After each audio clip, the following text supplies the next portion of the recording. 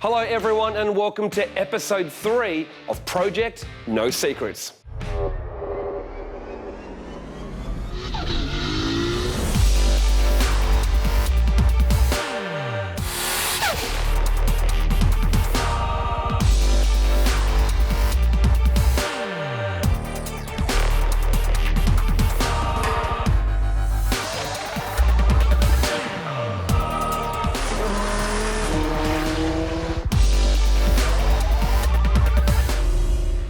Now in our last episode we attacked the exterior first and we worked out that we needed a new bonnet, we needed a new boot lid and wing, and we needed rear spats for the car.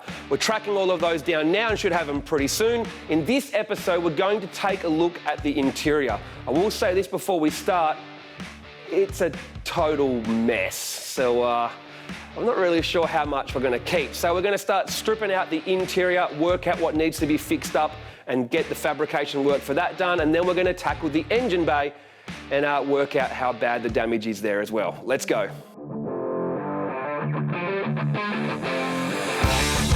Why did you do it this way? I used nut certs on Jet 200. It's neater, held it in better, and you can remove it easier.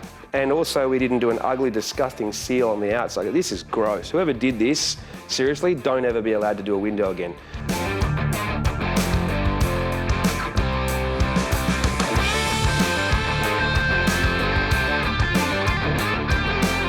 Still has a factory fuel tank, so I'm not sure why they put a fuel cell in the boot and had both.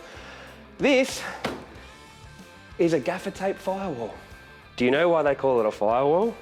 I'll give you one guess. That's right, to stop fire. Do you think gaffer tape would stop a fire?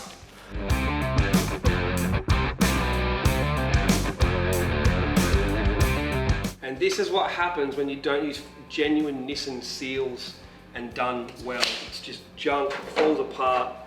Good thing about the back window out is we can now actually get to some of this stuff a lot better. We can tidy up this cage a bit, tidy a lot of this up. I think I'm going to tear out all this old wiring. It is just, I don't even want to know how bad some of it is.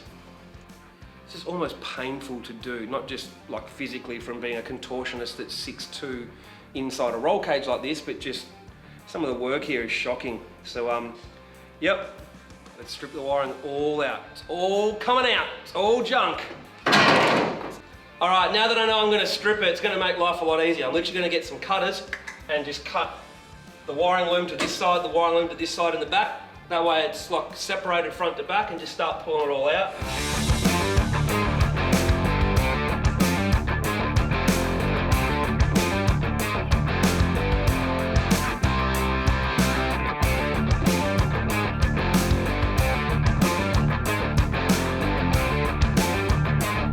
What I don't get is, why has it got a harness bar, but then also has harness eyelets?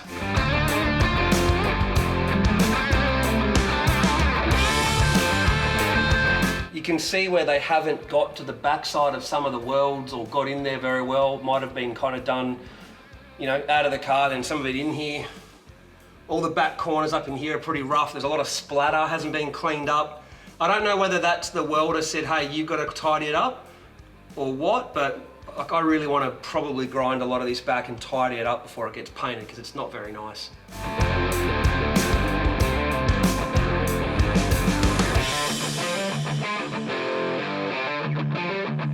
Look at that. That's just brake, tail and number plate lights, that's it. Joke.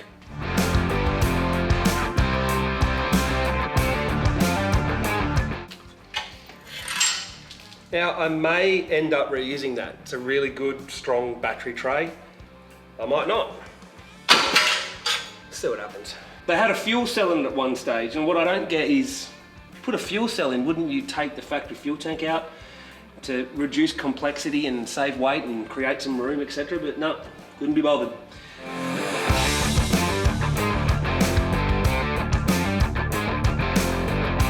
The cage isn't actually welded to the strut top sort of area itself of the inner wheel arch. It's actually welded to this kind of framework that is the rear parcel shelf that joins between. It's a lot of work to cut the cage back, and you can't just extend it like that much.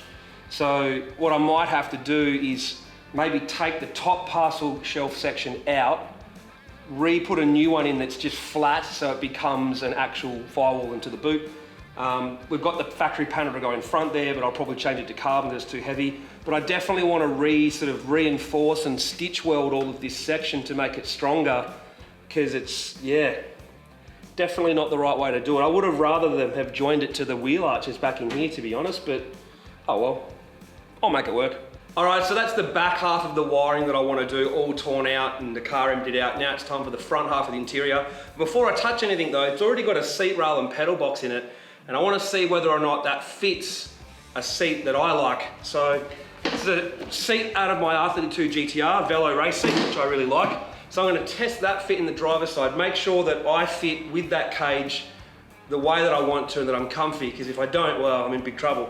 And I'm also going to test fit it on the passenger side, because if I do, well, then I know what seat and what rail to get, and I know that it all fits. Now the bolt holes will line up. The question is, have those bolt holes been damaged or changed or cut up like on the driver's side? They look fine on the passenger side. And will it clear the cage? That's the other big question. So one way to find out, I guess.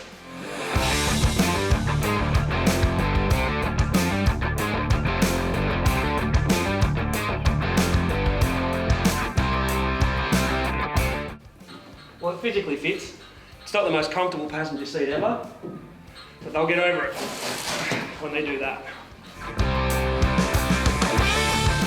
No.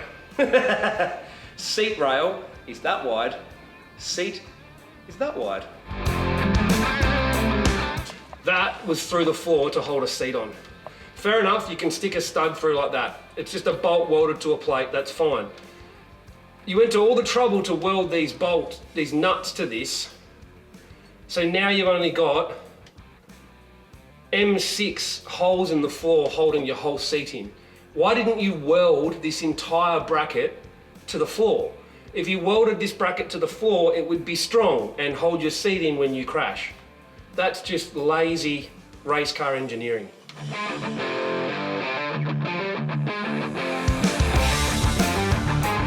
So it's a personal steering wheel, good brand. It's got a top secret sticker on it. Is it a top secret steering wheel? Don't think so. But it's got a work spell quick release, they're pretty good.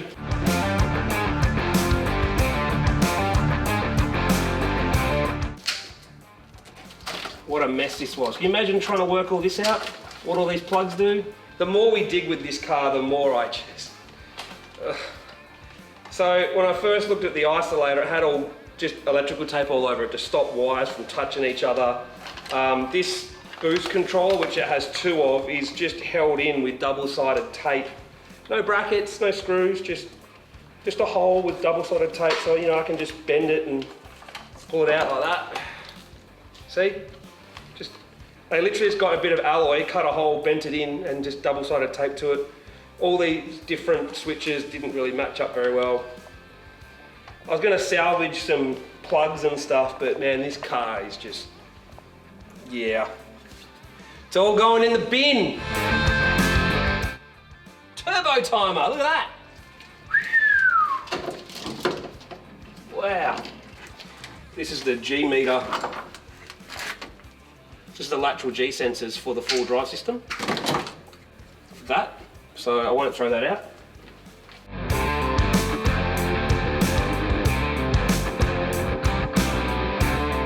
Look at that. What a diabolical box of a mess.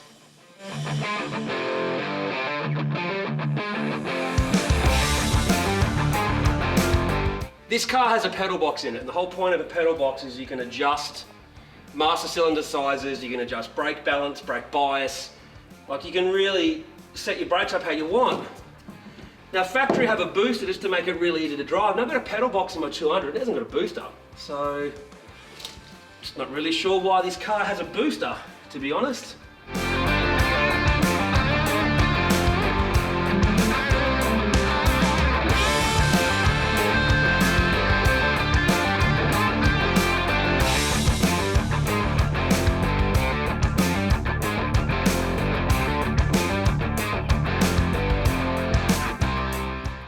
Well, that brings us to the end of another day of working on Project No Secrets.